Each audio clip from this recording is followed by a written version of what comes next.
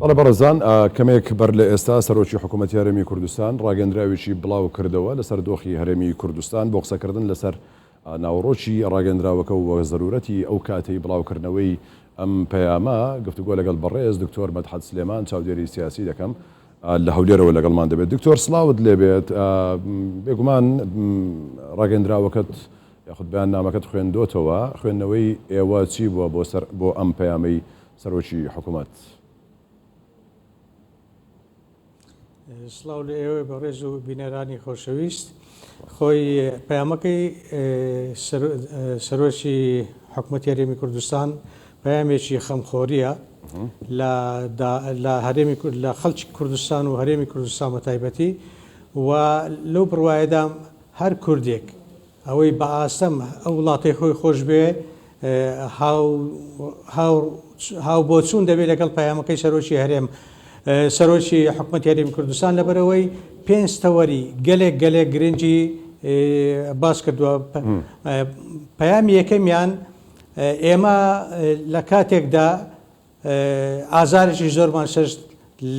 لە هەموو حکوومەتەیەک لە دوایەکانی عێراق بە تایبەتی لە تەرۆرکردن لە ناوبردننی خەڵکی کوردستان، نابێ ئێمە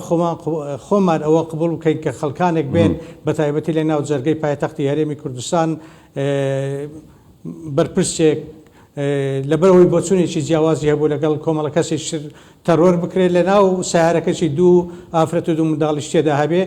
و هەموو بەڵگەکانیش خراونەتەوە ڕۆ. و ئەوەی لە هەمووی گرنگترە سەرۆکی حکوومەت دەڵێ لیژنەیەکی هاوبەش لەگەڵ لیژنەیەکی نێودەوڵەتی، کەواتە نابێ هیچ کەسێک دژی ئەو لیژنەیە بێتن بگەنە ڕاستیەکان. ئەوە خاڵێکی زۆر گرنگە، چونکی ئێمە نابێ قبوڵی ئەو بکەین هیچ ڕۆڵەیەکی کورد تەرۆر بکرێ لە هیچ شار و شارۆچکەیەکی کوردستان. خاڵێکی تر کە وەختی خۆی کە داهاتی سلێمانی نزیکەی 150 ملیار دینار بوو،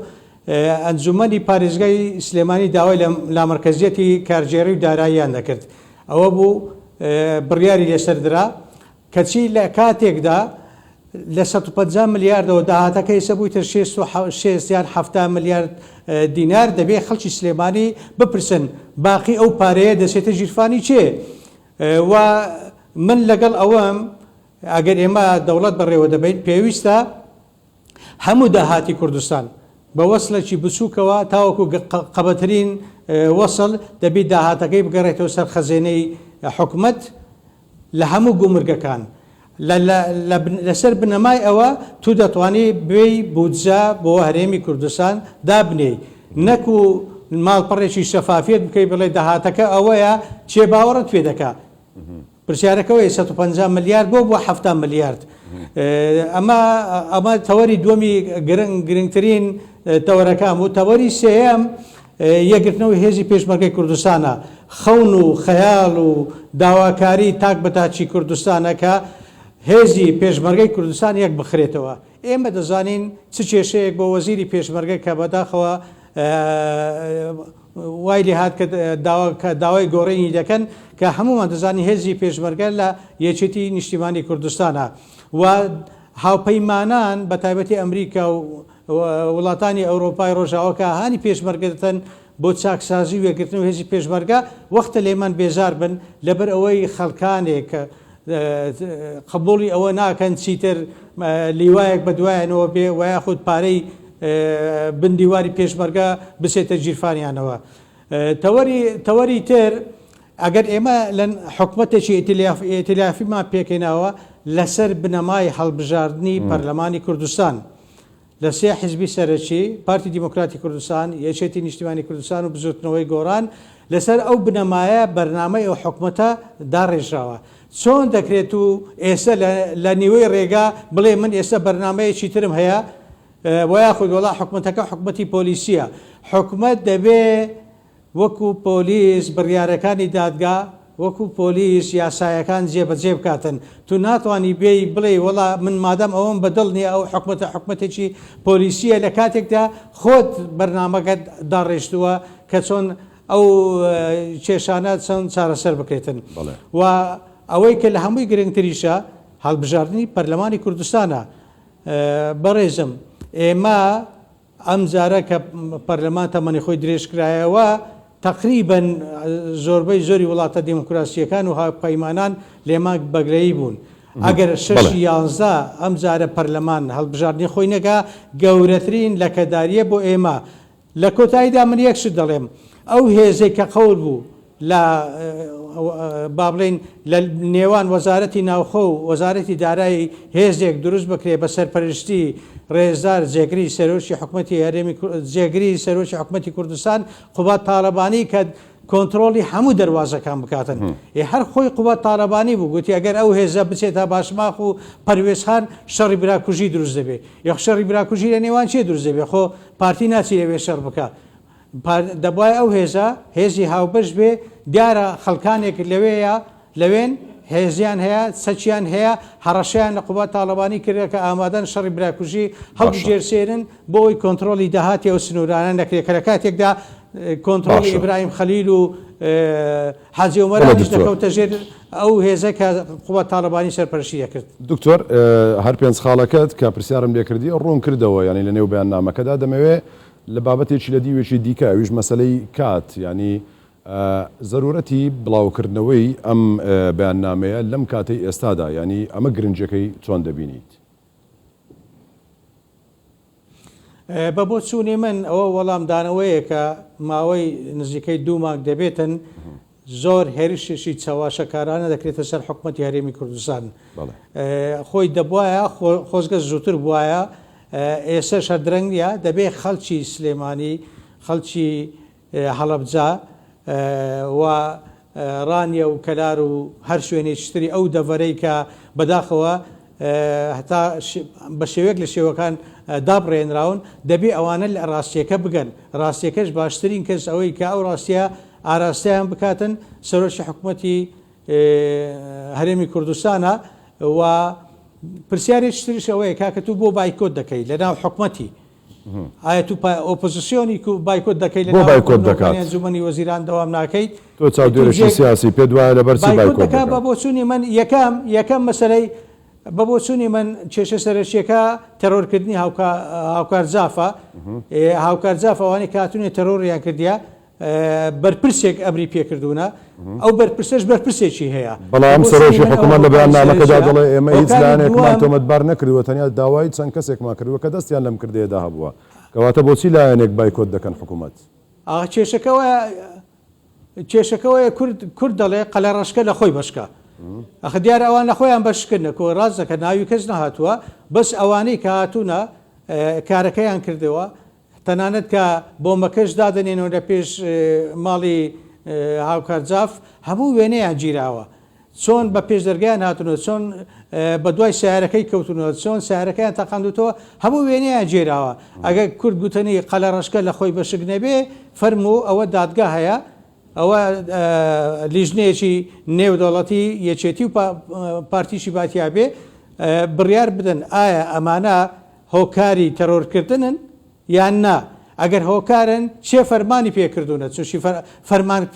خەتەرەکەی کە ئەوان لی دەترسێن مەسلەی فەرمان پێکردنەکەیە نەکو کارمەندێکی دژتەرۆر چۆن لە خۆیەوە دێ یەکێکتر بکوژێتن لە ناو زەرگەی ئارامی پایتەختی هەرێمی کوردستان. و خاڵی دووەمیش لە کێشەکان بە بۆ چوونی من حکوومەتی هەرێمی کوردستان پێداگیرە لەسەر ئەوەی کە داهاتی هەموو دەواازە سنووریەکان دەبێت بە شەفافی بگەڕێتەوە ناو خەزانەی حکوومەتی هەرێمی کوردستان. ئێمە لە بیرمان نەچێ پارەی نەوت بە پێی بەرنامەی نەتەوەی گرتوەکان بەسەر هەولێر و دهۆک و سلێمانی دابش دەکرێت. ئەو داهاتەی کە لە بەغدا زارنەزار کە دێ بە هەمان شێوە لەسەر ڕێژەی دانیشتوانی هەرێمی کوردستان دابش دەکرێت. ئەوی تر کە دیار نییە ئەو داهاتە زەبەلاحەیە کە لە ناکاو بۆتە نیوە کە ئینسان با ئینسان شەفافێ لەگەڵ یەکتر هەر ئەو گرتە ڤیددیۆیی با بڵێن لە تۆڕە کۆمەڵەتیەکان بڵاو کراوەتەوە کە ڕێزدار مەلا بەختیار باسی دەکە کە چۆن پارە بردراوە ئەوەندە بەسە بەوەی کە خەڵکی سلێمانی بزانن ئەو پارە چۆتە جیرفانی چێوە. دەگە لە خەڵکی سلێمانی ڕای گشتیش خەڵکی هەولێر و دهۆک و هەموو ناوچەکانی دیکە ینی تا چەند ئێستا چاوکراوە ئاگادارن لەو ڕەوشەی کە دەگوزەرێ ئەوەی کە سەرۆکی حکوومەت باسی لێوە دەکات. بە بۆ چوونی من خەڵکی کوردستان هەمویان پێویستە ڕاستیەکە بزانن کێشە سەرچێکە لە دۆک و لە هەولێر نییە چونچ ئێمە دەزانین ئەو داهاتی گومرگەکان و داهاتی ناوخۆ بەشی ئەوە دەکات و بێ شەقامی نوێ بینایی نوێ خزمەتگوزاری زیاتر بکەیت کێشەکە ئێستا لە سلێمانیە یەکێتی نیشتیمانی کوردستان دەوێت ئەو باڵ بخاتە سەر حکوومەتی هەرێمی کوردستان بە تایبەتی ڕێزار سەرۆکی حکوومەت کاک مەسعود بارزانی کە گوایە ئەو دەوێت خەڵکی سلێمانی برسی بکە دەبێت خەڵکی هەموو کوردستان و بە تایبەتی خەڵکی سلێمانی بگەنە ئەو قەناعەتەی کە ئەوەی کە بەشی قوتی خەڵکی سلێمانی ناکە بەشی ئاوادانکردنەوەی خەڵکی سلێمانی ناکە ئەوە هۆکارەکەی بەرپرسەکانی یەکێتی نیشتیمانی کوردستانن و خۆزگا لە زیاتیەوەی کە من ئەو قسانم کردبایە پارێزگاری سلێمانی کە با بڵێن هی بزوتنەوەی گۆڕانە دەبواە ئەو بێ لە هەموو کەس باشتر باسی داهاتی سلێمانی و شەفافێتی سلێمانی و چی بەسەر ئەو پارەیە دێ لە سلێمانی ئەو باسی بکردبایە معقولەت و تونێل هەیە 4000 پارەکەی خوراوە معقول هەیە ڕێگای زووسایدی 100 مەتری 2000 پارەی خوراوە ئێستا زارێکتر پارێ بۆ تەرخانکراوە ئەو خەڵکی سلێمانی دەبی لە دام دەستگاکانی ئەوێ پرسن لە بەرپرسانی ئەوێ پرسن ئەرێ خێرە ئەو پارە بۆ چۆتە جیرفانی چێ باشە دکتۆر خاڵێکی تریش گەرنگە بەڵێ ببوورە دەمەوێت دواپرسیارت لێ بکەم لەبەرەوەی کاتەکەم کەم ماوە ئەمە ئەوەندەی ماومە دەیخۆستمەوە بەوەی کە پرسیارێکت لێ بکەم لە سەرەتادا باسی خاڵەکان کرد لە نێو یەکێک لە خاڵەکاندا سەرۆکی حکوومەت تەرکیز لەسەرەوە دەکاتەوە پێکێنانی بۆ هەڵبژاردن ینی پارتی ینی حکوومەت داوا دەکات کە هەڵبژاردن بکرێت لایەنەکانی دیکە هەموو حیزبەکان پارتی یەکێتی هەر لایەنێکی دیکەیە ئەتا چەند بە هەماهەنگ دەبن هاوکار دەبن لەوەی کە بیانەوەی داواکانی سەرۆکی حکوومەت جێبەجێ بکەن و هەڵبژاردن بکرێت بە بۆ چۆنی من پارتی دیموکراتی کوردستان بەڕی لە بن پێی هەموو حیزبەکانی کوردستان ڕاکێشا کە دەڵێ ئێمە ئامادەین یاسای کۆمیسیۆن وەکو ئەوەی کە ئێستا هەیە ئەو دواش پڕ بکرێتەوە دەنجی لەسەر بدەین لە بیرمان دەچێ ئەو کاتێک کە کۆمیسیۆن بڕیاری لەسەردا بزورتنەوەی گۆڕان 24 ئەندامی هەبوو ئێستا 12 هەیە باقلم واکەوە ئەگە بە ڕێژەی حیزبایەتیبی کەمتری بەبەردەکەوێ یەکێتیش کەمتری بەبەردەکەوێ زۆرتری ڕێژەی ئەندامانی کۆمیسیۆن هی پارتی دەڵێ بابە بەوەش ڕازین پارتی دەڵێ بە فرە بازنەی 4 بازنەی 12 بازنەی 16 بازنەی رازین لە کاتێکدا فرە بازنەی گەورەترین زەربەیە بە حیزبە بچووکەکان دەکەوێت لە ڕووی دموکراسیەوە دەنجی پێویستیان نابێ کورسی بێنین بۆ پەرلەمان پارتی دەڵێ فەرموو چیتان دەوێت ئێمە رازین ئێستا تۆپەکە لە گۆڕەپانی ئەوانە فەرمونون کۆمیسیۆن یاسای کۆمیسیۆن هەموار بکرێتەوە و ئەگە پێویستان بە فرە بازنەیە یاسای هەڵبژاردنیش هەموار بکرێتەوە ناکرێت جارێکتر تەمەنی پەرلەمان درێژ بکرێتەوە خۆیمە لە ناو شەڕی براکوژیدانین یەکێتی هەماهەنگ دەبێت ئەگەر هەماهەنگ نەبێ گەورەترین زەربە یەکەم جار بەخۆی دەکەوێت اینجا بە هەرێمی کوردستان چۆشی هەموو دنیا دەزانێت پارتی دیموکراتی کوردستان لەگەڵ هەڵبژاردنە هەر کەسێک بێتە بربەست ئەم جارە بۆ جاری دووەم حەقی وایە نەتەوە یەکگرتوەکان و وڵاتە دیموکراسیەکان ڕازگۆیانەتر راپۆرتەکانیان تەقدیمی نەتەوە یەکگرتوەکان بکەن. ڕێزدار دکتۆر مەدحەت سلێمان چاودێری سیاسی لە هەولێرەوە لەگەڵم بووی ماندوو نەبی دکتۆر. سپاس بۆ ئێوەش.